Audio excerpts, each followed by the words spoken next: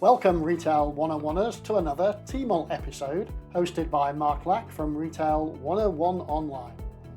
What's a T.M.O.L? T-M-O-L, I hear you ask. Well, it's a 10-minute or less episode where I expand on a narrow element from a larger episode or cover something I have missed or something that a listener has asked a question about. After completing episodes 3 and 4, The Assortment Chronicles, How to Build a Winning Assortment, parts 1 and 2, I spent a lot of time talking about how to build the assortment in the best way. I have had a few questions from my viewers to expand on this episode and have so far created the following answers to their questions. The first one was, Unlocking the Mystery, 10 reasons why your profit margins are shrinking. And the second one was, did the evolution of supermarket layouts improve the shopping experience? However, another request came in and they said, you have already completed the store manager's first 100 days, but what about the category manager's first 100 days? And it got me thinking. It got me thinking about the fact that this person had already subscribed to this channel and was asking me a question to answer. Of course, if you want to be able to ask a question, one of the things that you need to do, if you haven't already, is to subscribe to this channel so that you have all the information you need to be successful. The more people that like, subscribe, comment, and ring that bell means that the channel can get its message out to more people. Now, where was I again? Yes, that question about category managers. Well, here's the answer in this T.M.O.L, the ultimate roadmap for category managers, your first 100 days. As a category manager in a supermarket, your role is crucial in driving sales, maximizing profitability, and ensuring a compelling product assortment for the customers. The first 100 days in this position are critical to set the stage for long-term success.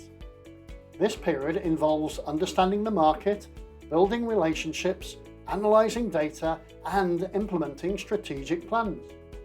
Keep watching for a comprehensive guide on what your first 100 days should look like.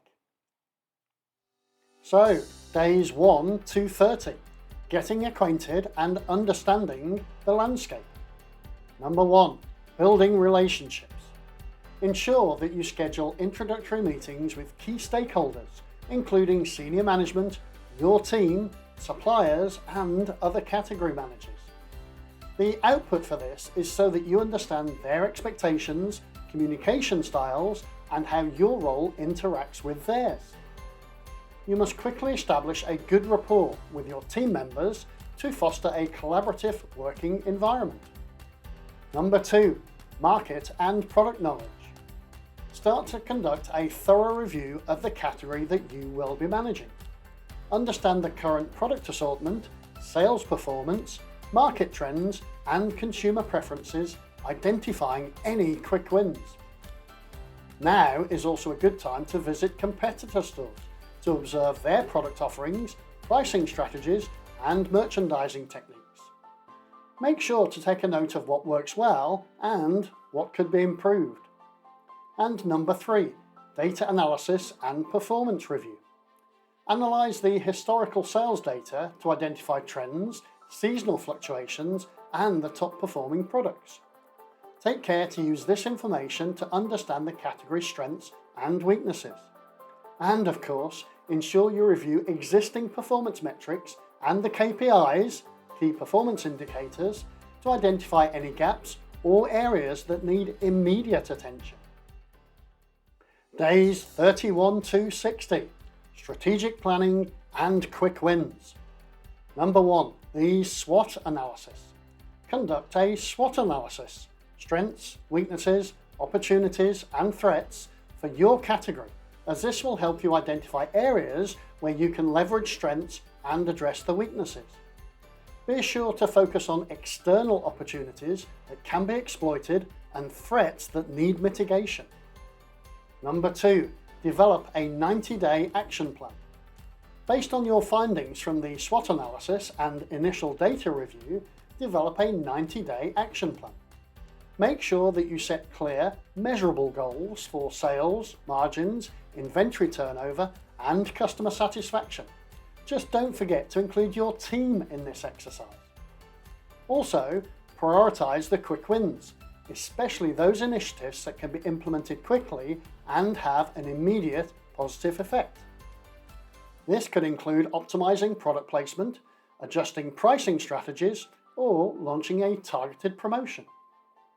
Number 3, supplier and vendor relationships. Take the time to meet with key suppliers and vendors to discuss their performance, negotiate better terms, and explore opportunities for greater collaboration. Strong supplier relationships are vital for securing favourable deals and exclusive products, so this is a must-do. Prior to the meeting, evaluate the existing contracts and agreements so that you can identify areas where improvements can be made to enhance supply chain efficiency and reduce costs. And number 4, merchandise planning and assortment optimization. Review the current product assortment and identify any gaps or redundancies. Ensure that the product mix aligns with market trends and your customer preferences. And don't forget to develop a merchandising plan that includes product placement, strategies, promotional activities, and inventory management practices. Days 61 to 90. We're into our 3rd month now. Implementation and monitoring. Number 1, execute the 90-day action plan. Start implementing the initiatives that were outlined in your action plan, ensuring that each action has clear ownership, deadlines, and performance metrics. It is vital that you communicate your plan to your team and the other stakeholders to ensure alignment and support.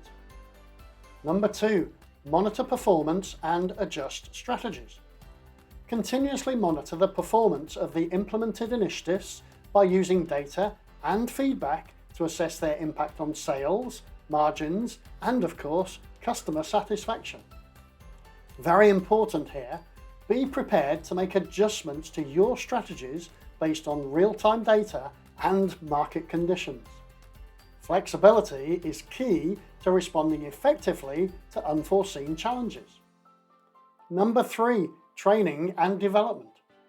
Identify any training needs within your team and then arrange for the relevant training programs, as this will ensure that your team is well equipped with the necessary skills and knowledge, as it will be crucial for achieving your goals. At the same time, foster a culture of continuous improvement by encouraging your team to share ideas and feedback. And number 4, customer engagement and feedback. Engage with customers to gather feedback on the product assortment, pricing, and overall shopping experience, and then use this information to make data-driven decisions and improve customer satisfaction. Make sure that you implement customer feedback mechanisms such as surveys and focus groups to continuously gauge customer sentiment and preferences. Walking the floor in your category is also a good way to gather feedback from customers and departmental employees too. And finally, we're on days 91 to 100. Review and future planning.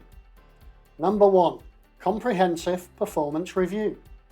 Conduct a comprehensive review of your first 100 days and assess your performance against the goals and metrics established in your 90-day action plan.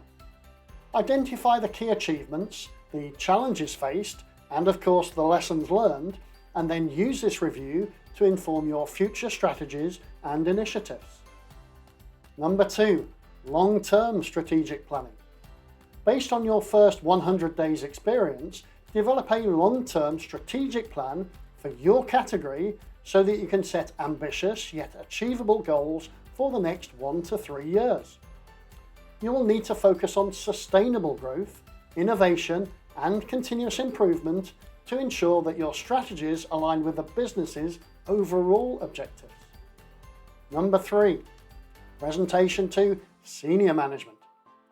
Prepare a detailed report summarising your activities, achievements, and future plans.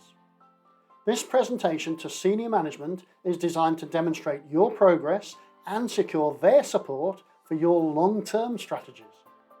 Ensure that you highlight the positive impact of your initiatives on sales, margins, and of course, customer satisfaction. And finally, number 4, continuous learning and adaptation. Commit to continuous learning and staying abreast of industry trends, market dynamics, and best practices.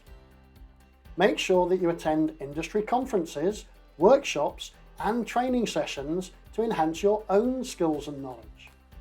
Additionally, foster a culture of adaptability within your team and encourage innovation and experimentation to stay ahead of the competition.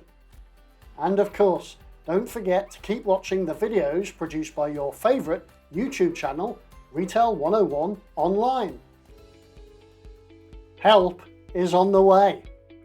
Implementing a successful first 100 days as a category manager hinges on a balance of strategic planning, proactive relationship building, and data-driven decision making.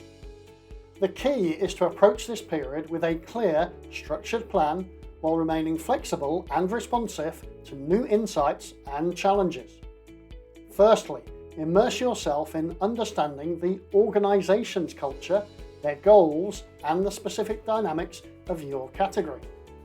Use this foundational knowledge to conduct a thorough SWOT analysis and identify both quick wins and longer-term strategic objectives.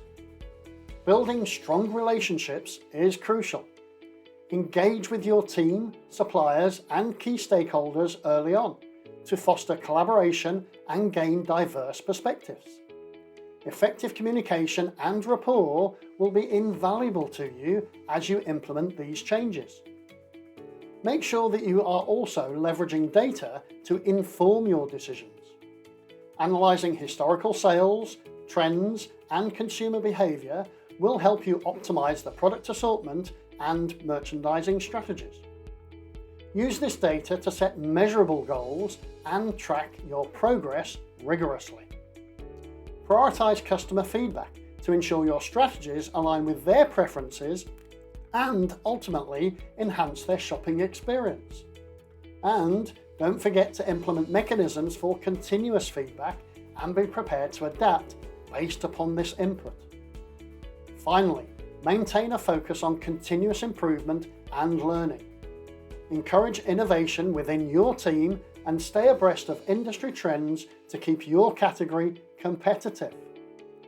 By combining strategic foresight with agile execution, you can set a solid foundation for long-term success in your role. The first 100 days as a category manager are crucial for establishing a strong foundation for long-term success. By focusing on understanding the market, building relationships, strategic planning, and continuous monitoring, you can drive significant improvement in your category's performance. Remember, the key to success lies in being customer-centric, data-driven, and adaptable to changing market conditions.